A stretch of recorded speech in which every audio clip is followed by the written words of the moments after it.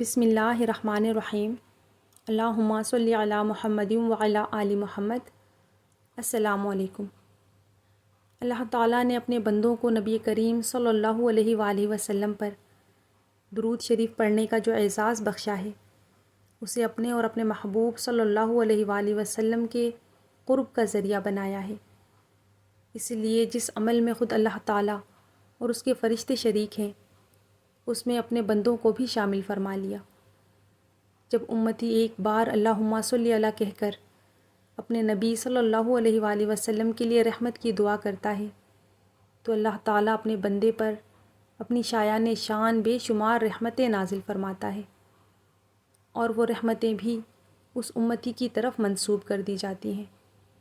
گویا نبی کریم صلی اللہ علیہ وآلہ وسلم پر وہ ساری رحمتیں اس امتی نے بھیجی ہیں۔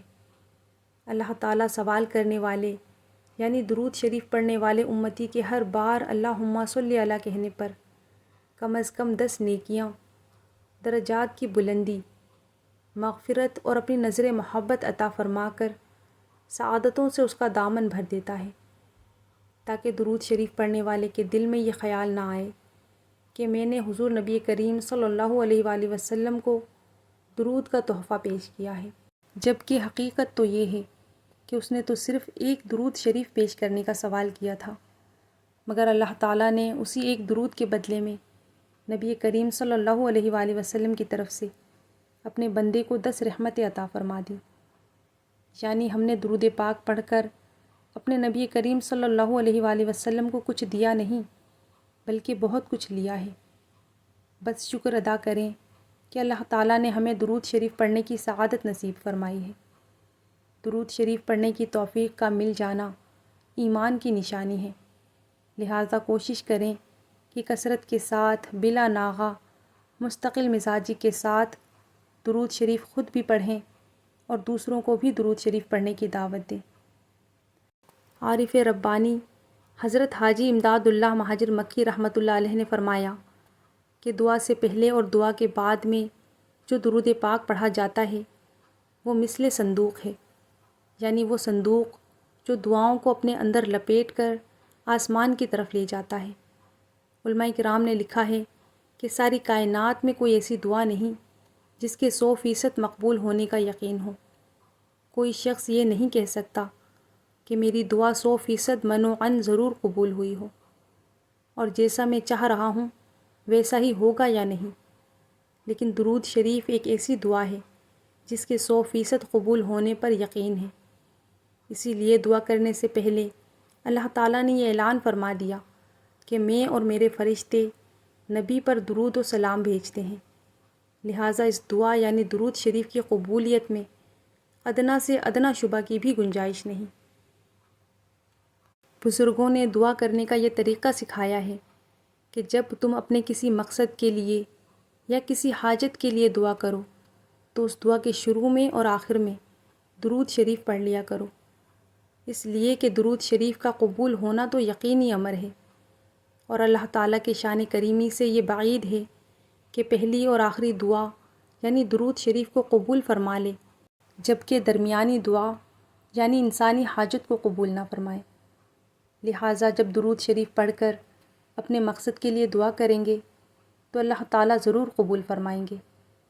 چنانچہ دعا کا یہ طریقہ سکھایا گیا ہے کہ پہلے اللہ تعالیٰ کی حمد و ثنا کرو، پھر نبی کریم صلی اللہ علیہ وآلہ وسلم پر درود بھیجو، اس کے بعد اپنے مقصد کی دعا کرو، اور آخر میں پھر نبی کریم صلی اللہ علیہ وآلہ وسلم کی ذات اقدس پر درود و سلام بھیجو، اور پھر یہ یقین رکھو کہ دعا قبول ہو کر رہے گی انشاءاللہ۔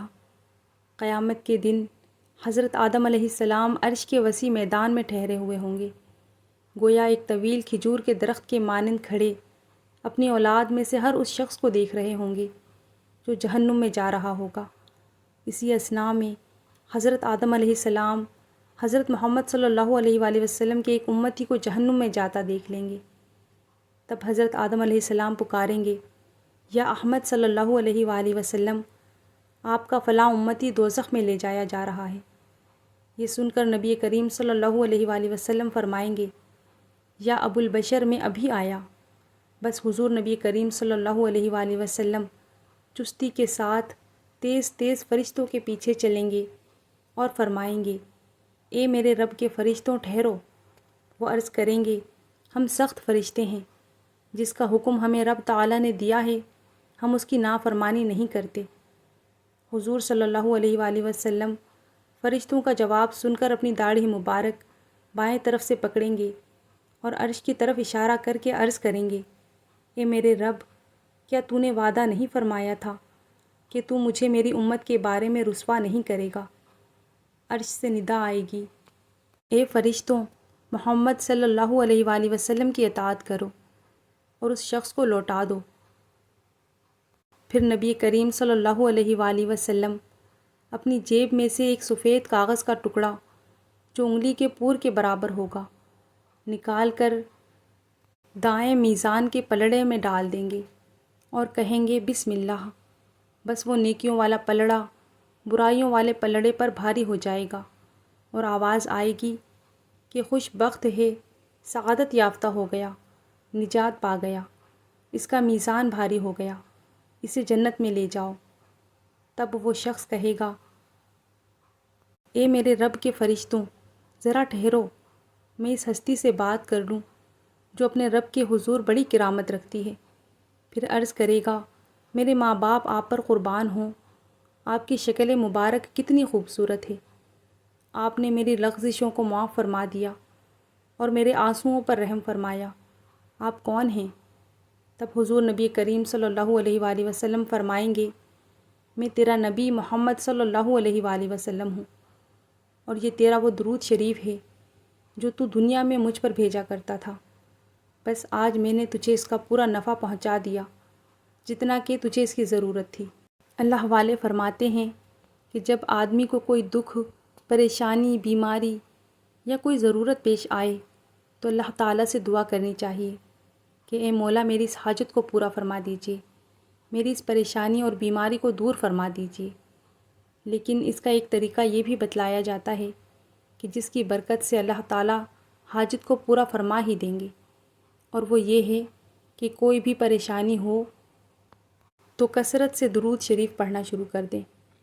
اس درود شریف کی برکت سے اللہ تعالیٰ پریشانی کو دور فرما دیں گے انشاءاللہ۔ اللہ تعالیٰ سے دعا ہے کہ وہ ہمیں اخلاص، محبت، ادب اور کامل یقین کے ساتھ کثرت سے درود پاک پڑھنے کی توفیق عطا فرمائے، ہمارے دلوں کو اپنے محبوب حضرت محمد مصطفیٰ صلی اللہ علیہ وآلہ وسلم کی محبت سے منور فرمائے، ہماری تمام پریشانیاں، بیماریاں اور حاجات اپنے فضل و کرم سے پوری فرمائے، اور قیامت کے دن ہمیں اپنے محبوب صلی اللہ علیہ وآلہ وسلم کی شفاعت نصیب فرمائے، آمین یا رب العالمین۔ محبت سے درود پاک پڑھ لیجئے صلی اللہ علیہ وآلہ وسلم۔ کمنٹ میں پیارا سا درود پاک ضرور لکھا کریں، کیونکہ نبی کریم صلی اللہ علیہ وآلہ وسلم کا فرمان ہے کہ جب تک درود پاک لکھا رہتا ہے فرشتے لکھنے والے کے لیے رحمت اور مغفرت کی دعائیں کرتے رہتے ہیں۔ اپنی دعاؤں میں یاد رکھیے گا۔ والسلام علیکم ورحمۃ اللہ وبرکاتہ۔